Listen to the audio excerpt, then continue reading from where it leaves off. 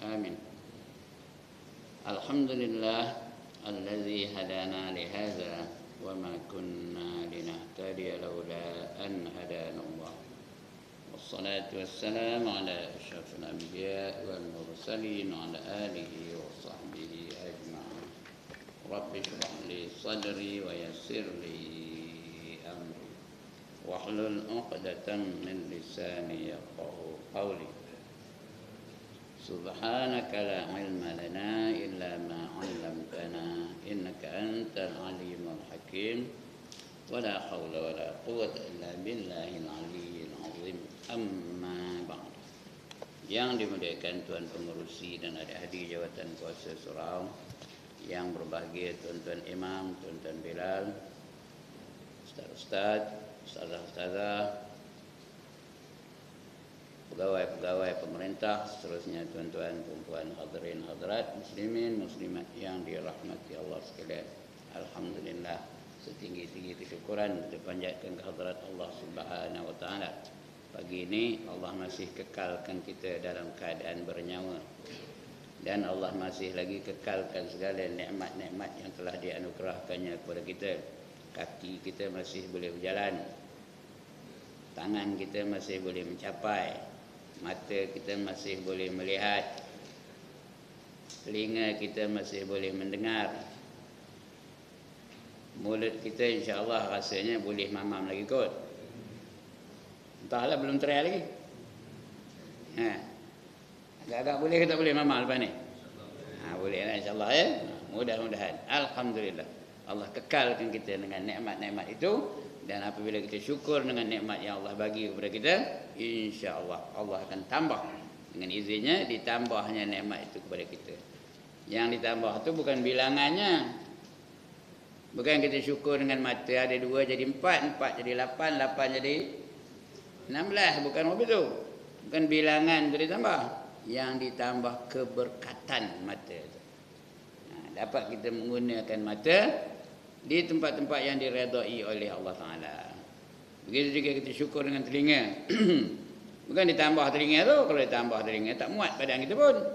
Syukur tambah lagi, syukur tambah lagi, syukur tambah lagi. Mana nak bubuh telinga? Penuh telinga je badan. Bukan bilangannya ditambah. Allah dah janji dalam Quran, la in syakartum la azidannakum wa la in kafartum inna azabi lasyadid. Sekiranya kamu syukur dengan nikmat aku, akan kutambah lagi nikmat itu bagi kamu.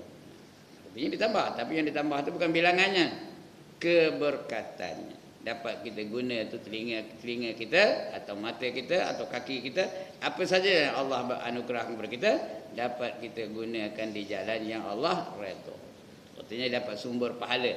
Mata dapat jadi sumber pahala, telinga dapat jadi sumber pahala, kaki dapat jadi sumber pahala. Apa sajalah. Terima duit gaji kita jadi sumber pahala, pangkat kita jadi sumber pahala. Apa saja yang Allah anugerah kepada kita gunakan di tempat yang diredai oleh Allah Ta'ala. Bermakna kita syukur tu. Bila bersyukur bertambah keberkatannya. Mudah-mudahan kita kembali kepada Allah dalam keadaan yang terbaik. Baik tuan-tuan dan puan, pagi ini kita sambung lagi pembacaan kita bab yang keempat, ataupun topiknya, tajuknya apa, bab yang keempat. Sudah tak ada dalam itu. Cap tu tak timbul di situ. Ada tu tapi tak timbul di situ. Ada orang yang ada, tak ada. Tajuknya bab yang keempat. Dia ada beberapa bab daripada kitab yang bernama Asas Aqidah Islamiyah. Nama kitabnya Asas Aqidah Islam. Ini bab yang keempat. Dan tajuknya pula tokoh-tokoh dalam ilmu tauhid. Tokoh-tokoh tauhid. Kita kaji 3 orang pagi ni. Tokoh-tokoh ilmu tauhid. Ulama-ulama tauhid. Ada 3 orang. Yang pertama namanya Abu Hasan Al-Ash'ari. Yang kedua namanya Abu Mansur Al-Maturidi. Yang ketiga namanya Hasan Al-Basri. 3 ulama yang terkenal kerana mereka ini ahli ilmu tauhid. Tuan-tuan dan puan, dalam Islam ni ilmu yang wajib kita ketahui 3. Yang pertama tauhid. yang kedua fiqh, yang ketiga tasawuf. Ketiga-tiga ilmu inilah yang dipanggil dinul Islam, agama Islam. Yang lain tu cabang-cabang ni. Asasnya tiga ni. Yang pertama tauhid, yang kedua fiqh, yang ketiga tasawuf. Mesti kita tiga-tiga ni menguasainya kalau nak jadi seorang muslim yang baik, atau muslimah yang baik. Yang pertama tauhid, itu asas. Itu pokoknya. Itu yang paling penting. Kerana kita mati esok, soalan yang pertama oleh Munkar dan Nakir ialah bab tauhid. Apa soalan yang pertama? Siapa Tuhan kamu? Kalau kita tak kenal siapa yang kita sembah, tak boleh nak jawab. Mar rabbuka? Siapa Tuhan kamu? Kalau kita jawab entah, tidak aku tahu dia. Dentum bagi dia mereka. 70 hasta terbenam ke bumi. Semua bab tauhid. Kita tanya pula siapa Nabi kamu? Waman nabiyuka? Tak boleh nak jawab, tentu bagi. Itu punya pertama, tauhid. Ilmu tauhid ni banyak namanya. Ilmu usuluddin pun dia, ilmu sifat 20 pun dia, ilmu mengenal Allah pun dia, ilmu syahadah pun dia, macam-macam namanya. Tapi asasnya kita mengenal Allah. Ilmu yang berkaitan dengan rukun iman yang 6. Ada ulama'nya, ini di antara ulama'nya Abu Hasan Al-Asy'ari. Bukan mana Abu Hasan Al-Asy'ari itu dia tauhid aja dia tahu, yang lain tak tahu kan. Bukan mana ni dia tak ada fiqh, bukan mana dia tak ada tasawuf. Cuma dia lebih terkenal dengan panggilan ulama tauhid. Kerana apa? Kerana dia mengarang kitab-kitab yang berhubung dengan tauhid. Kitab-kitab dia tu banyaknya bersangkutan dengan tauhid. Bukan makna dia tak berfiqh, bukan makna dia tidak bertasawuf. Dia tiga-tiga ada. Tapi dia lebih terkenal dengan ilmu tauhid, kerana dia mengarang kitab-kitab yang ada kaitan dengan ilmu tauhid. Ketiga-tiga inilah semua ulama ni pekak dalam pakar dalam ketiga-tiga bidang ilmu ni, tauhid, fiqh, tasawuf. Dan ketiga-tiga ini tuan-tuan dan puan-puan kena diamalkan serentak. Amalannya kena serentak, simultaneously kita kena amal tu. Kejap ni kita mesti ada bertauhid, mesti ada berfiqh, dan mesti ada tasawuf. Kita semayang tadi ada tak tauhid? Ada kata ada? Ada. Bila kita sebut asyhadu an la ilaha illallah, tak ada siapa yang kita nak sembah, hanya Allah Taala. Itu tauhidnya. Nawaitu pun ada tauhid dah. Usalli fardhu subhi rak'ataini adaan makmuman. Apa hujungnya? Lillahi ta'ala. Itu tauhid tu. Fiqh, perbuatan kita tu nak betul. Dalam sembahyang tadi mesti betul. Bacaan nak betul, gerak-gerinya nak betul. Itu namanya fiqh. Rukuknya nak betul, sujudnya nak betul, iktidalnya nak betul, duduk antara dua sujudnya nak betul. Itu fiqh. Kalau tak betul, kalau takbir pun tak betul macam. Ada tak orang takbir? Sholli fardhu subhi rak'ataini ada makmum lillahi ta'ala. Allah. Tengok ni. Allah. Betul ke betul? Fiqh dah tak betul, batal sembahyang.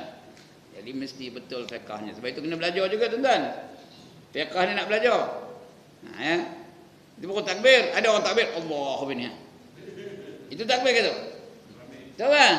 Itu takbir tuan, bukan takbir. Ada yang sebut Allahu Akbar kata. Ada yang action betul Allahu Akbar kata. Betul ke? Allahu Akbar kata. Itu fiqh, kena belajar tuan-tuan dan puan-puan. Itu jangan puas hati dapat sekali sebulan ngaji. Kena meliputi ilmu tauhid, meliputi ilmu fiqh, dan meliputi ilmu tasawuf. Kemudian dalam sembahyang ni mesti ada tasawuf. Kita sembahyang ni semata-mata kerana Allah Taala. Jangan kerana lain daripada kerana Allah Taala. Ikhlas semata-mata kerana Allah Taala. Allah suruh, wa ma umiru illa liya'budullah mukhlishina lahuddin, kata Allah. Dan kamu tidak diperintahkan melainkan untuk beribadah, secara ikhlas, mukhlisin lahuddin, dan kerana agama. Itu dia. Ketiga-tiga ni kena diamalkan serentak, kena diamalkan secara simultaneously, artinya serentak. Buat apa pun, sembahyang mesti ada tauhid, fiqh, tasawuf. Puasa mesti ada tauhid, fiqh, tasawuf. Lagi baca Quran mesti ada tauhid, fiqh, tasawuf sekali. Kenduri kenara mesti ada tauhid, fiqh, tasawuf sekali. Baca kitab mesti ada tauhid, fiqh, tasawuf sekali. Apa saja nikah kahwin mesti ada tauhid, fiqh, tasawuf sekali. Serentak tu. Cuma belajarnya boleh di staggerkan, boleh diasing-asingkan. Kejap ni kita belajar tauhid, esok belajar fiqh, lusa belajar tasawuf. Itu tak apa ya. Belajarnya tu boleh diasing-asingkan. Tapi amalan mesti serentak. Kalau dah faham itu senang lagi ya. Jadi ulama yang kita nak baca ni, 3 orang ni ialah pakar dalam bidang tauhid. Ya, yang pertama namanya Abu Hasan Al-Asy'ari. Nama penuhnya ialah Ali bin Ismail bin Ishaq dari keturunan Musa Al-Asy'ari. Keturunan atas tu tok nenek dia ada seorang namanya Musa Al-Asy'ari. Itu Al-Asy'ari dari situlah. Keturunan Asy'ari itulah diambil sampai kepada Abu Hasan Al-Asy'ari. Itu di antara budaya orang Arab ataupun cara hidup orang Arab tu, dia selalu mengambil nama-nama keturunan dia. Dia yang kita tengok ada nama Al-Sagaf, ada pernah dengar tak? Al-Sagaf lagi, Al-Habsyi, Al-Yamani dan sebagainya. Itu nama keturunan mereka tu. Ya. Macam apa? Al-Atas, Al-Atas. Itu nama-nama orang Arab tu ya. Orang Melayu tak ada. Orang Arab punya nama apa tu? Ini Al-Asy'ari dari keturunan dia. Ada datuk nenek dia ada seorang namanya Musa Al-Asy'ari.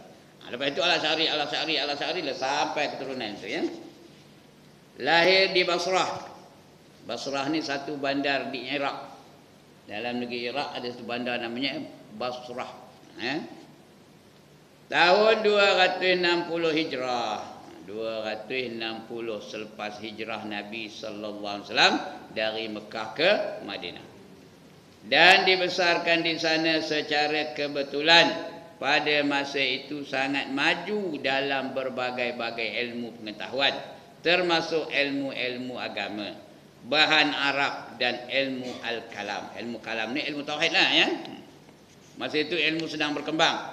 Manusia-manusia sedang giat menuntut ilmu. Manusia-manusia gila ilmu. Kitab-kitab pun kata-kata beribu-ribu kitab dikarang tentang berbagai-bagai bidang. Itu masa Hasan Hasan Asy'ari, Abu Hasan Asy'ari nanti ya. Orang tengah gila kan ilmu. Ulama-ulama banyak yang lahir pada ketika itu. Macam-macam aliran lah ya. Ulama-ulamanya. Pada masa mudanya Abu Hasan terkenal sebagai murid yang termaju. Murid yang paling maju dia lah pada ketika itu. Dalam pelajaran daripada rakan-rakan sepelajaran dengannya. Kalau dibandingkan dengan geng-geng dia tu, dia lah orang yang paling pintar, dia lah orang yang paling pandai, dia lah orang yang paling bijak, dia lah orang yang paling maju. Ni Abu Hasan Asy'ari ni. Ya, seorang yang petah bercakap. Artinya dia bercakap lancar. Menarik hati orang. Itu petah. Tak ada pula cakap orang putih I mean. Tak ada apa itu. Tahu? Tahu kan amin. Tak ada I mean kau tengok. Dia tak erti. Walaupun dia graduate. Kadang-kadang tak erti cakap orang putih. Ini peta. Cakap Arab pun peta. Bahasa-bahasa dia pun peta.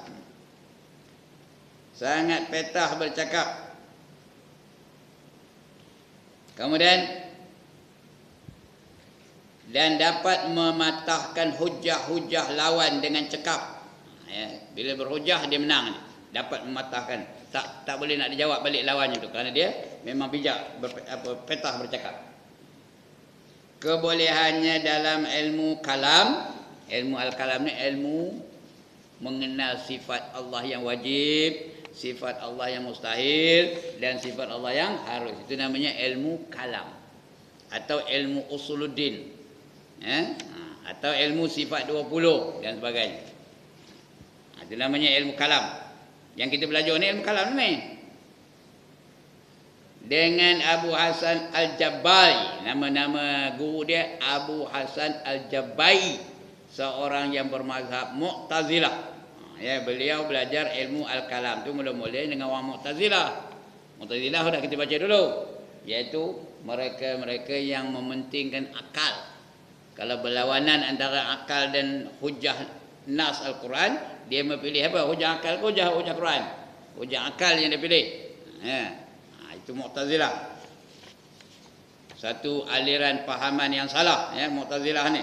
Tapi itu guru dia asalnya, yang setia dan menjadi pengikut Mu'tazilah yang setia. Abu Hasan ni asalnya Mu'tazilah, tetapi akhirnya beliau keluar meninggalkan mazhab itu. Akhirnya dia sedar kesilapan dia, kesalahan dia, dia pun keluar daripada mazhab Mu'tazilah. Dan mengikut mazhab Ahlus Salaf. Ahli salaf ni arti orang dulu-dulu. Ahli al-salaf, orang dulu-dulu. Zaman itu dipanggil salafus soleh. Apa arti salafus soleh?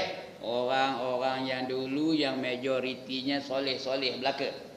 Iaitu 300 tahun selepas Rasulullah sallallahu alaihi wasallam. Dipanggil umat itu dipanggil salafus soleh. Kita hari ni tak boleh panggil salafus soleh. Mengapa? Khalafus soleh. Halaf tu kemudian, toleh tu jahat-jahat. Itu kita. Zaman dulu salafus soleh. Salaf tu zaman yang dulu. Soleh tu majoritinya soleh-soleh belaka. Masa itu lebih ramai orang semayang daripada tak semayang. Lebih ramai orang apa? Berjihad daripada jahat zaman itu, ya. Lebih ramai orang yang warak daripada wakrak. Hari ini mana ramai? Yang semayang ke yang nengok wayang. Tuan-tuan dan puan. Itu sebab tak boleh kata salafus soleh, salafut soleh. Mana lebih ramai? Yang berjihad di jalan Allah ke yang jahat? Yang jahat yang ramai. Kalau semua orang berjihad ikut cara Islam, polis pun tak ada kerja lagi dah. Dah tak ada orang jahat. Itu dah. Mana lebih ramai? Yang warak ke yang wakrak? Yang wakrak yang lebih ramai, ya. Sebab itu sekarang ni kita kata zaman kita ni apa? Khalafut soleh. Ini dah zaman dia ni. Salaf ni ikut ahli salaf. Orang dulu yang mengisytiharkan dirinya bermazhab Ahlus Sunnah wal Jamaah. Dia ni pelopor mazhab Ahlus Sunnah wal Jamaah. Kerana mengikut sabda Nabi sallallahu alaihi wasallam, nanti di akhir zaman, umat Yahudi berpecah kepada 73 firqah. Bukan, 72 firqah. Umat Yahudi berpecah kepada 72 firqah. Orang Nasrani pun begitu juga, berpecah kepada 72 mazhab. Tapi umat aku, kata Nabi, akan berpecah kepada 73 firqah. Artinya, perpecahan itu lebih banyak di kalangan orang Islam ke dia kalangan orang Yahudi dan Nasrani? Di kalangan orang Islam. Kita 73 mazhab hari ni tahu. Masing-masing macam-macam. Dalam surah Abah kan ada macam-macam apa namanya ajaran-ajarannya yang sesat-sesat, banyak tak? Ada apa? Millah Ibrahim. Tahu? Tak pernah dengar dia tak ada masuk Abah kan? Millah Ibrahim. Ibrahim tu Ibrahim dah, bukan Ibrahim ini, ya. Ibrahim lain, ya. Cara hidup Ibrahim. Semayang tak payah, macam-macam lah. Itu ajaran-ajarannya. Ayah pin, ajaran sesat juga. Lagi apa? Ada seorang cikgu perempuan, dia ngaku jadi Nabi. Cikgu Maryam namanya. Itu depoh zaman tahun 80-an dulu. Itu semua ajaran-ajaran sesat yang menyeleweng daripada ajaran Ahlus Sunnah wal Jamaah. Baik, dia keluar daripada Mu'tazilah ni, Abu Hasan Asy'ari ni, kemudian dia masuk dalam mazhab Ahlus Sunnah wal Jamaah. Pembaharuan Abu Hasan Al-Asy'ari dalam mazhab Ahlus Sunnah wal Jamaah ialah menggunakan hujah akal dalam perbahasannya dan membentangkan pendapatnya dalam ilmu kalam, iaitu suatu cara memudahkan faham orang-orang yang belajar falsafah, di samping penggabungan dengan ayat-ayat Al-Quran dan Al-Hadis. Dia dicampurnya sekali. Akal fikiran dia, logik akal dia, kemudian Quran dan hadis sekali, itu dijadikannya mudah untuk mengembangkan fahaman Ahlus Sunnah wal Jamaah. Untuk melawan fahaman Mu'tazilah yang berleluasa pada ketika itu. Dan menentang golongan sesat Mana yang tak ikut Ahlus Sunnah wal Jamaah itu sesat dengan mengikut corak dan gaya masing-masing. Beliau seterusnya banyak mengarang buku-buku kerana menolak fahaman sesat kaum mulhid. Mulhid ni artinya apa? Orang yang tak percayakan Tuhan. Itu kaum mulhid. Orang kafir ni, tuan-tuan dan perempuan, ada 4 golongan. Faham ni? Faham dan ingat betul-betul. Ada 4 golongan orang kafir. Yang pertama namanya murtad. Murtad tu artinya apa? Ditolak Islamnya. Dia ngaku dia Islam tapi Tuhan tak terima keislamannya. Itu namanya apa? Murtad. Kenapa? Kerana dia melakukan perkara-perkara yang boleh membatalkan akidahnya. Menghina Al-Quran, murtad.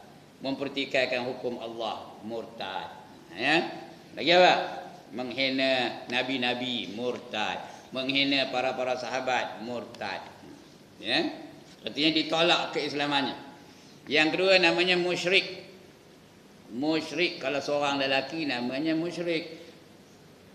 Ya, kalau perempuan musyrikah, kalau ramai namanya musyrikin. Ya, iaitu mereka-mereka yang menyengutukan Allah dengan sesuatu yang lain.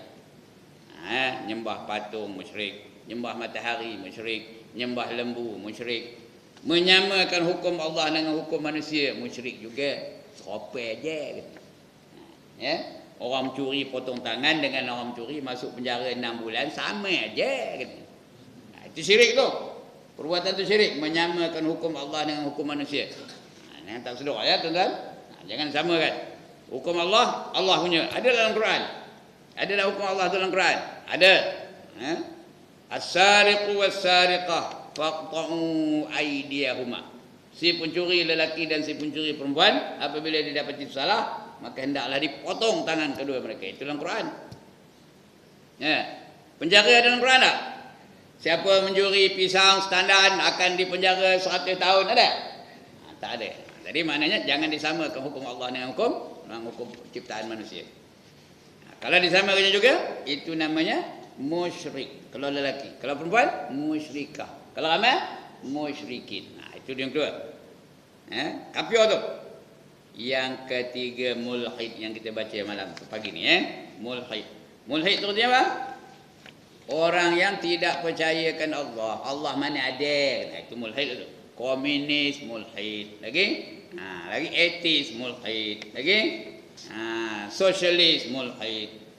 Ya, dalam kita juga sini tulisnya etis. Etis apa? Orang yang tak pegang dengan agama. Kemudian Brahman ni Hindu. Mulhid juga tu. Tak percayakan apa? Majusi apa? Mereka menyembah api. Ini sebenarnya ni apa syirik ni, musyrik. Itu mulhid. Beliau mengemukakan fikiran dan hujah tanpa menyentuh asas-asas akidah dan tidak pula menggunakan ayat-ayat Al-Quran dan Al-Hadis secara langsung. Sebab itu ramai juga ulama yang tidak bersetuju dengan pendapatnya. Walau bagaimanapun mazhab Ahlus Sunnah wal Jamaah yang dibawanya itu terus berkembang sampai kita sekarang ni menganut mazhab apa? Ahlus Sunnah wal Jamaah. Berkembang. Daripada Iraq sampai ke Malaysia berkembang ni. Sikit kehebatnya. Kerana ulama-ulama Ahlus Sunnah wal Jamaah di Malaysia ni tak kau orang hebatnya juga. Di antaranya orang Patani itu namanya Syekh Daud Patani. Di antaranya siapa? Arsyad Al-Banjari. Itu orang Nusantara ni yang bermazhab Ahlus Sunnah wal Jamaah. Menyentuh asas-asas ini mana kedai.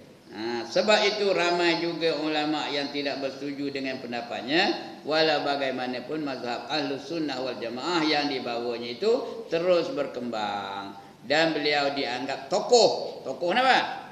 Pakar. Tokoh. Tokoh ilmu tauhid yang terkemuka. Bila sebut aja ilmu tauhid tak lepas daripada lidah kita menyebut nama Abu Hasan Al-Asy'ari. Dengan pengaruh beliaulah fahaman-fahaman Mu'tazilah, Qadariyah sama tu. Qadariyah Mu'tazilah tu lebih kurang sama. Fahaman yang sama. Mereka banyak menggunakan logik akal. Mana boleh diharamkan riba, kata dia gunakan akal dia. Riba tu tak boleh, haram. Akhir zaman ni kita perlukan riba. Kalau tak ada riba, macam mana kita nak beli rumah? Macam mana kita nak maju? Macam mana kita nak membangun? Macam mana kita nak buat reformasi? Macam mana kita buat apa? Transformasi. Nak riba. Itu fahaman apa tu? Fahaman Mu'tazilah. Juga fahaman Qadariyah. Dan Jabariyah. Jabariyah ni lain. Jabariyah ni dia menyerahkan Allah Ta'ala kepada Allah Ta'ala saja. Dia menyalahkan Allah di atas kelemahannya. Ngapa kamu tak semayang? Udah takdir, tidaklah aku semayang. Ngapa kamu tak bertudung? Allah dah tentukan aku tak bertudung, tidaklah aku bertudung. Hal-hal agama aja dia menyalahkan Allah tu. Tapi kalau hal dunia tak ada, dia dulu merebut. Kalau berim dia dulu berbaring. Depan sekali baringnya. Ya? Tak main subuh pun berbaring, tak dapat berim. Dia baring depan sekali. Dulu ingat dah orang ambil berim tu, berbatu-batu dia punya line dia nak ambil. Ingat ke tak? Itu dia. Kalau bab itu tak ada, dia dulu.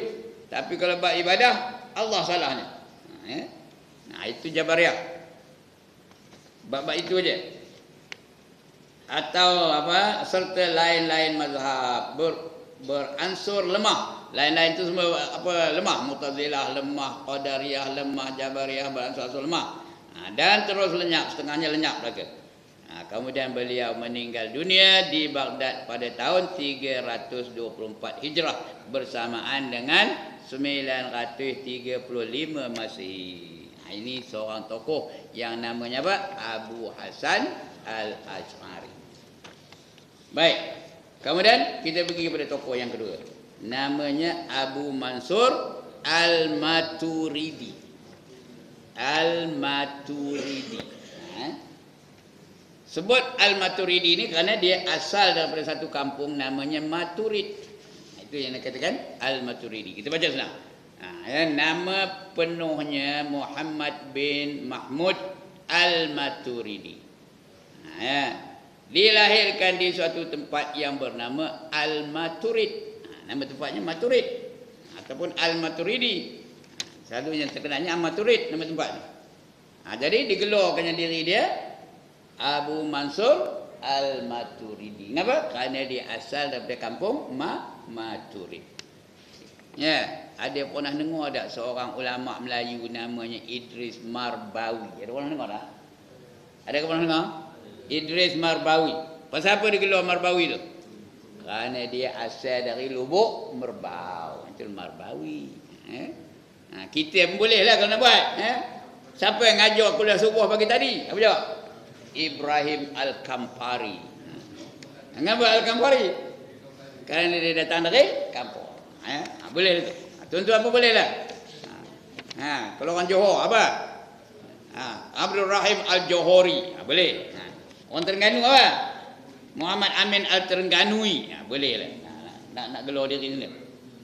Ada pernah dengar apa Abu Samad Al-Falembani? Ada pernah dengar? Dia tu orang apa? Orang Palembang. Syekh Daud Fatani apa? Dia tu orang Fatani. Ini begitu juga Abu Mansur Al-Maturidi. Dalam daerah Samarkand. Maturidi ini dalam daerah Samarkand. Samarkand ni yang di Eropah Timur. Itu namanya Samarkand. Uzbekistan, Kazakhstan, Turkmenistan. Lagi? Apa lagi? Hindustan. Lagi? Gohidgustan. Itu Samarkand nama tempat tu ya. Menyandai kan tan ujung tu ya. Itu. Mereka itu dalam daerah Samarkand. Seorang ahli ilmu al-kalam. Ilmu kalam ni ilmu tauhid tadi. Yang terkemuka dan hidup semasa dengan Abu Hasan Al-Asy'ari. Dia satu apa ni? Satu masa ya. Kedua-duanya mengkomplimenti, bantu membantu, sokong menyokong antara kedua tu. Seorang yang mempunyai pandangan yang tersendiri dan terkenal dengan nama mazhab Maturidi. Mazhab dia dipanggil Maturidi. Namanya Abu Mansur tapi Maturidi itu nama tempat dia. Jadi terkenal dengan mazhab Al-Maturidi. Ahli pengkaji sejarah tidak dapat menentukan dengan tepat tarikh kelahiran beliau. Tak ada. Atau masa itu bukan ada orang daftar-daftar nama tak jadi pun. Main teka-teka aja. Tadi yang tepat tak tahu. Kita pun begitu juga. Ya, orang dulu-dulu tahu tak? Ada abangnya tu lebih muda daripada adik. Dalam seorang beranak tu abangnya lebih muda daripada adiknya. Kenapa? Bila daftar di pejabat pengulu ke, pejabat polis ke, ditanya, dikabur je lah. Tahun ini padahal tak betul. Ya.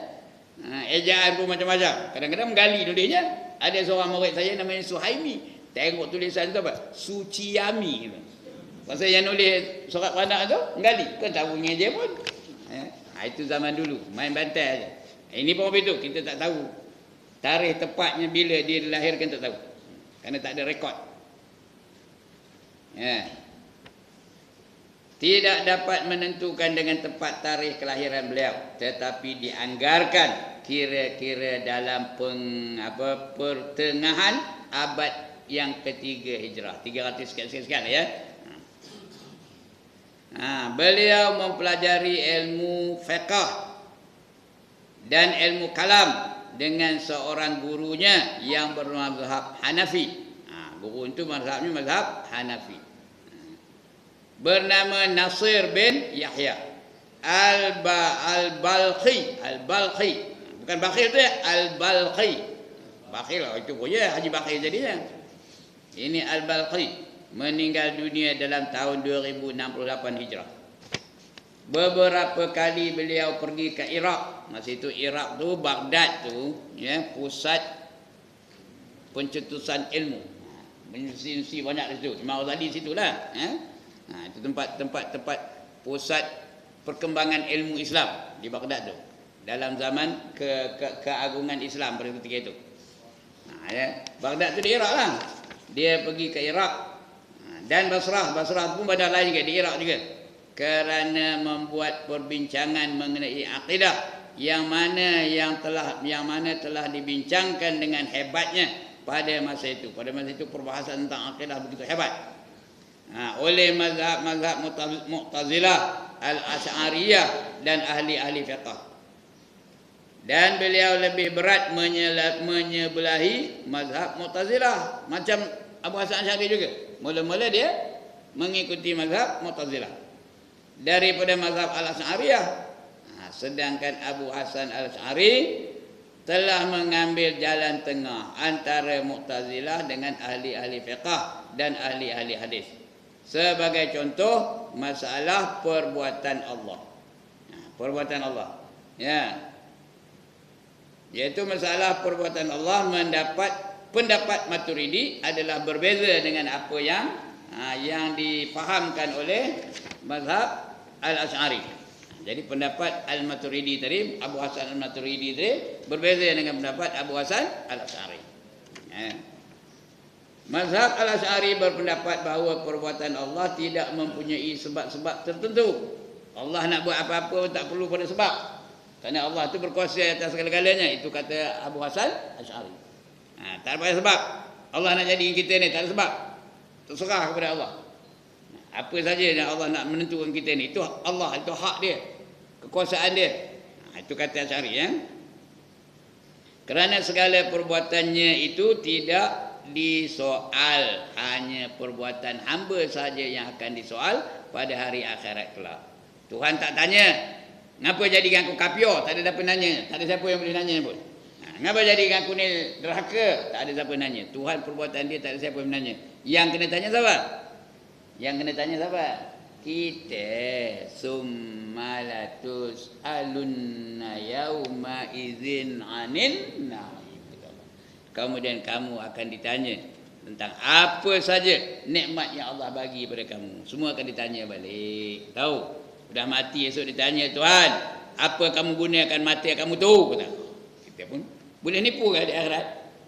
Boleh nipu kan? Apa jawab? Apa kamu gunakan mata kamu? Aku gunakan tengok video lucah malam-malam. Macam? Esok jawablah. Aku gunakan mata aku tu tengok kotak bingung tu asal malam tengok. Asal malam tengok kotak bingung. Siapa tak ada kotak bingung rumah? Yang kata kan? Itu mata. Apa kamu gunakan ke telinga kamu? Aku dengar orang ngumpat kata telinga tu ya. Aku dengar orang carut. Aku dengar orang maki orang.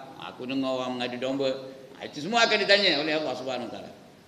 Allah tak ada siapa yang berhak menanyanya. Dia tidak disoal. Yang disoal makhluk. Dijadikan Allah. Jadi itu perbuatan Allah tu tak payah sebab-sebab. Ngapa jadikan saya ni lelaki? Ngapa jadikan perempuan tu perempuan? Itu hak Allah Taala. Terserah kepada Allah. Itu kata Imam Abu Hasan Al-Asy'ari. Mazhab Mu'tazilah berpendapat Allah wajib membuat sesuatu yang baik dan lebih baik. Itu mazhab Mu'tazilah pula. Dia mengatakan Allah yang buat tu yang baik aja. Buat manusia yang terbaik, buat binatang yang baik, buat makhluk yang terbaik, buat pokok yang terbaik, buat buah-buahan yang terbaik, kata dia Mu'tazilah pula. Itu apa? Yang lebih baik istilahnya as-salihu wal aslah. As-salihu wal aslah. Artinya buat yang baik dan terlebih baik daripada itu.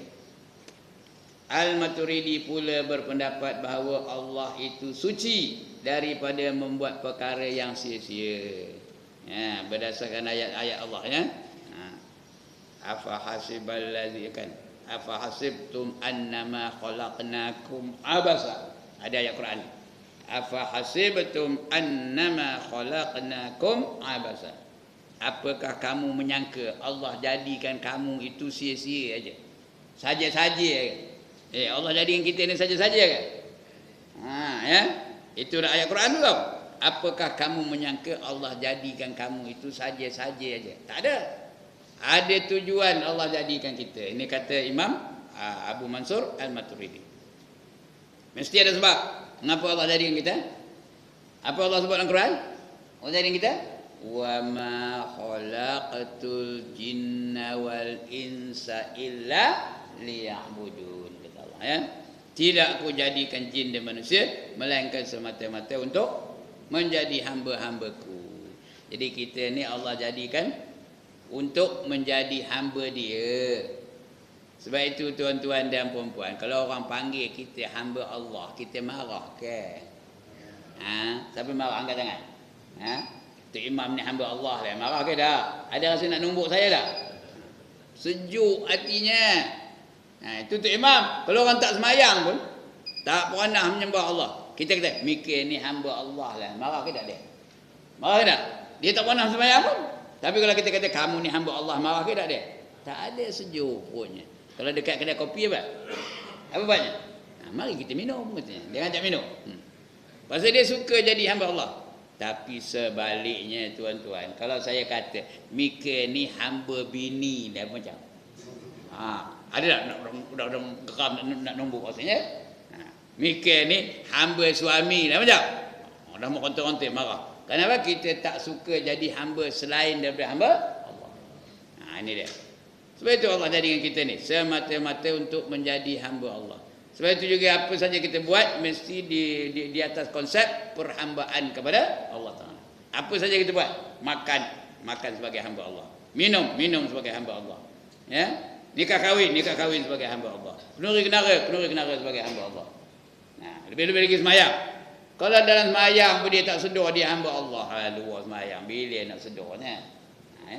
Sebab itu kita kena anggap, kita kena sentiasa ingat bahawa kita ni adalah hamba Allah dan perbuatan kita mesti bersesuaian dengan penghambaan kita kepada Allah Subhanahu wa taala.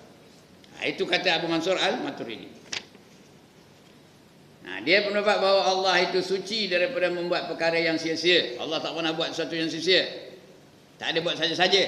Yang mau saja-saja apa? Kita nak ke mana tu timah, nak ke tapah, ngapai saja. Ya ke tak? Ya ke dah. Nak ke mana tu Leman? Nak ke Tabarut? Apa halnya? Saja. Saja aja. Jalan-jalan aja. Tuhan tak ada apa itu, mesti ada tujuan.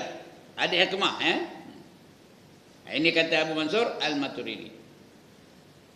Mana kita membuat perkara yang sia-sia dan segala perbuatannya itu mengandungi hikmah dan sebab-sebab tertentu. Kerana Allah itu maha bijaksana. Tetapi kehendaknya tidak dipaksa. Kerana Allah itu mempunyai kemahuan sendiri. Dan bebas melakukan sesuatu yang ia kehendaki. Apa saja yang Allah nak buat, dia buat. Fa'alul lima yurid. Dia kata Allah dalam Quran ya. Dia melakukan apa saja yang dia kehendaki. Tak ada siapa yang boleh menghalang. Tegasnya aliran Maturidi tadi yang dibawa oleh Abu Mansur Al-Maturidi tadi adalah lebih rapat dan lebih dekat kepada fahaman Mu'tazilah daripada fahaman ahli-ahli fiqh dan ahli-ahli hadis. Abu Mansur Al-Maturidi meninggal dunia dalam tahun 333 Hijrah. Ini riwayat seorang tokoh namanya Abu Mansur Al-Maturidi. Kita baca seorang lagi. Namanya Hasan Al-Basri. Ini pun tokoh juga ni. Inilah orang yang paling kuat menentang fahaman Mu'tazilah. Namanya Abu Hasan Al-Basri. Kenapa Al-Basri? Dia macam Al-Maturidi juga. Kerana dia asal daripada bandar Basrah. Sebab itu dipanggil Al-Basri. Abu Hasan Al-Basri. Macam Nuruddin Al-Makkah. Al-Makkati. Ada Syekh Nuruddin Al-Makkati. Artinya apa? Dia orang Mekah. Al-Banjari pula ujung lagi tu. Artinya apa? Dia orang Banjar. Hidup lagi. Syekh Nuruddin Al-Banjari tu ada lagi sekarang ni. Jadi ulama besar sekarang ni. Dari Indonesia. Dan di Malaysia ni dia sangat popular.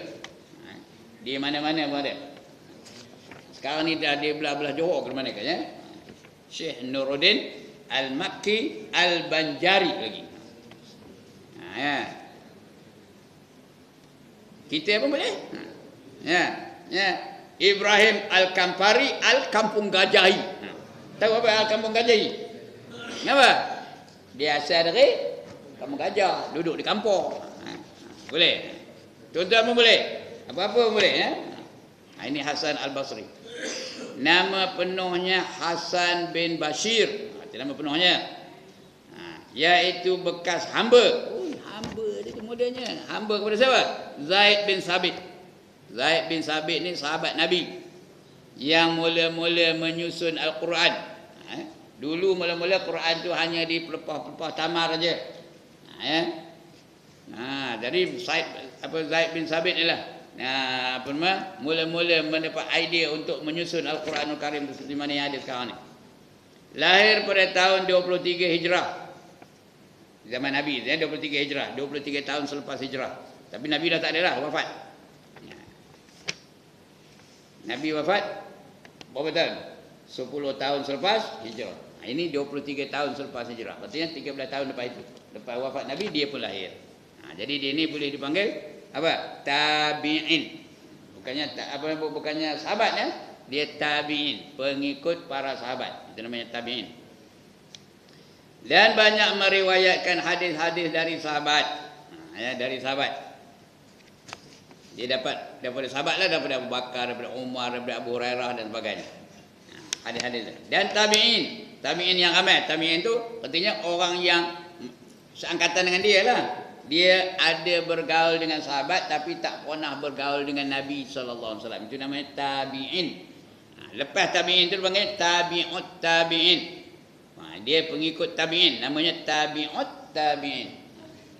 Jadi semua itu dipanggil salafus soleh. Tadi ingat tak?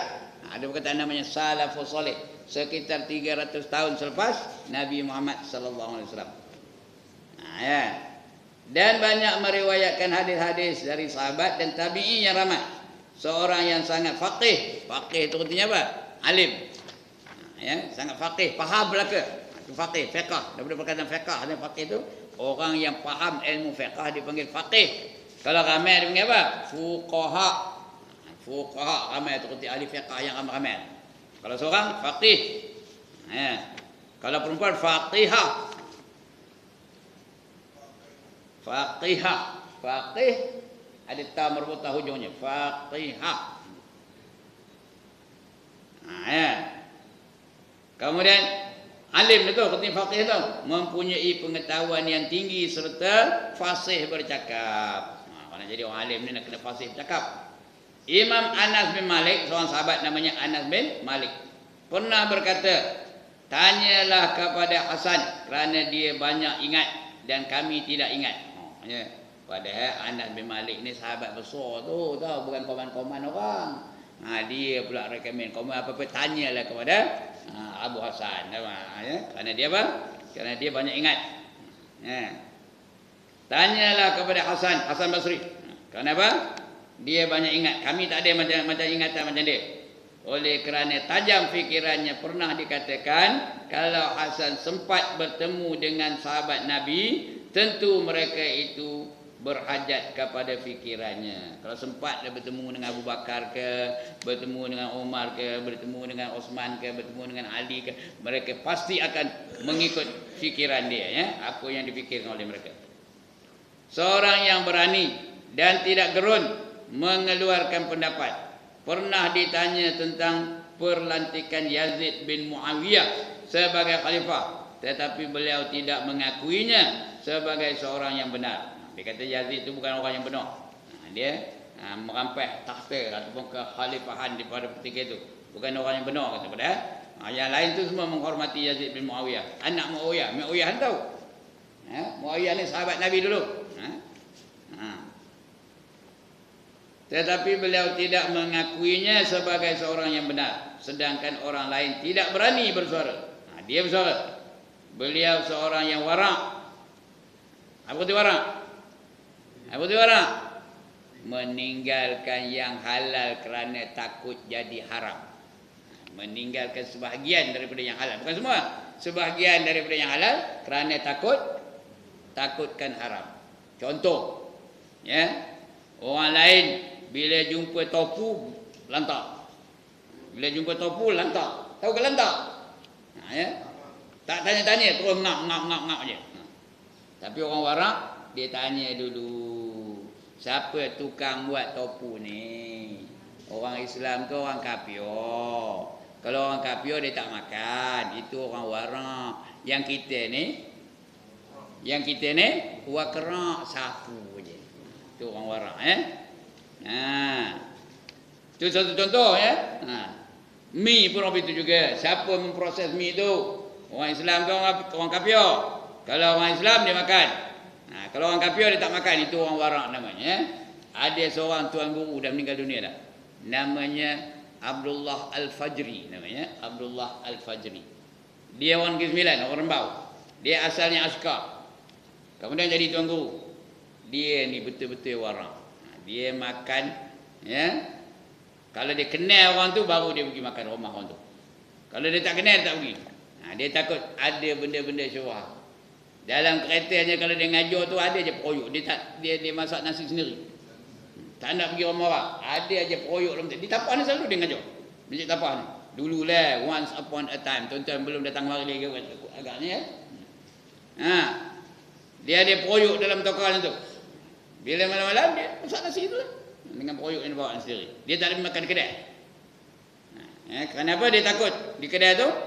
Tak nak dia. Bibi orang kafir tu dia cawan dia nak minum sini tak nak.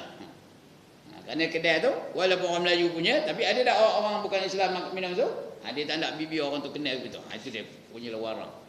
Itu namanya warak. Ya. Ustaz Ibrahim? Ustaz Ibrahim? Apa? Wakra sapu manjang.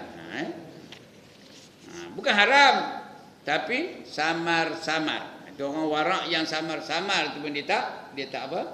Ya dia tak ambil. Itu orang warak. Ini pun warak ni. Ya sangat warak. Mana kedainya? Peristiwa hingga beliau adalah seorang yang warak dan bertakwa, sehingga orang-orang sufi menganggapkannya sebagai ahli sufi. Ada orang mengatakan itu ahli sufi. Ahli sufi itu apa? Ahli-ahli yang mengamalkan ilmu tasawuf. Itu ahli sufi. Orang sufi ini bukan pakai jawabah sahabat orang saya ni. Bukan itu tanda sufi. Tanda sufi itu dia tidak melakukan benda-benda yang makruh pun tak buat. Dan dia tidak meninggalkan yang sunat. Yang sunat itu pun dibuatnya juga. Itu ahli sufi, ya. Bukan pakai jawabah pakai sahabat aja. Itu salah satu tandanya aja. Tapi dia mengamalkan tasawuf. Dia dalam dirinya itu sabar, redha, tawakal, zuhud, takutkan Allah, tak banyak cakap, tak banyak mamam. Itu orang sufi, ya. Sentiasa ikhlas semata-mata kerana Allah. Itu orang sufi. Bukannya pakai jawabah pakai sahabatnya. Kadang-kadang pakai jawabah pakai sahabat itu juga makan lagi dahsyat daripada orang yang pakai seluar pendek. Itu lagi teruk. Ya. Okey. Menganggapkan ahli sufi, Hasan Basri tidak pernah melibatkan dirinya dalam perkara siasat Dia tak masuk dalam politik. Pada zamannya dia tak masuk dalam politik zaman dia, ya. Dan beliau telah dilantik menjadi qadhi di Basrah oleh Khalifah Umar Abdul Aziz. Umar Abdul Aziz ni cicit kepada Umar Ibn Khattab. Namanya Umar Abdul Aziz. Khalifah yang paling terkenal selepas Khalifah Rashidin ini lah, yang sangat jujur, yang sangat warak, yang sangat hebat ibadahnya. Itu namanya Umar bin Abdul Aziz. Tetapi kemudiannya beliau telah minta berhenti, tak nak jadi qadhi lagi. Zaman itu qadhi itu macam mufti lah, ya. Sekarang ni kita panggil mufti, dulu qadhi. Qadhi itu hakim tu. Lepas tu dia berhenti daripada jawatan qadhi itu. Tegasnya Hasan Basri mempunyai pencapaian pengetahuan yang tinggi. Ramai para ulama telah mengambil fatwa daripada beliau dan mengumpulkan dalam 7 buah buku yang tebal. Semua dikumpulkan oleh beliau dalam buku yang 7 buah semuanya. Semua tebal-tebal belaka. Beliau meninggal di Basrah pada tahun 110 Hijrah. Wallahu alam. Itu 3 tokoh. Akan datang kita akan baca apa dia yang diajar oleh 3 tokoh ni. Baru dia masuk pelajaran yang sebenar. Belum lagi kita ni belajar tauhid, belum lagi, ya. Baru pengenalan tauhid baru. Akan datang kita akan sambung lagi, insya-Allah. Kalau tak padam lah, kalau padam tak adalah. Ini Tok Guru ni dah 74 tahun umurnya, tahu. Nunggu saat nak padam aja. Patutnya tak ada ngaji orang. Apa buat? Relax aja rumah. Patutnya. Tapi apa? Udah terpaksa buat jugalah. Mana nak buat?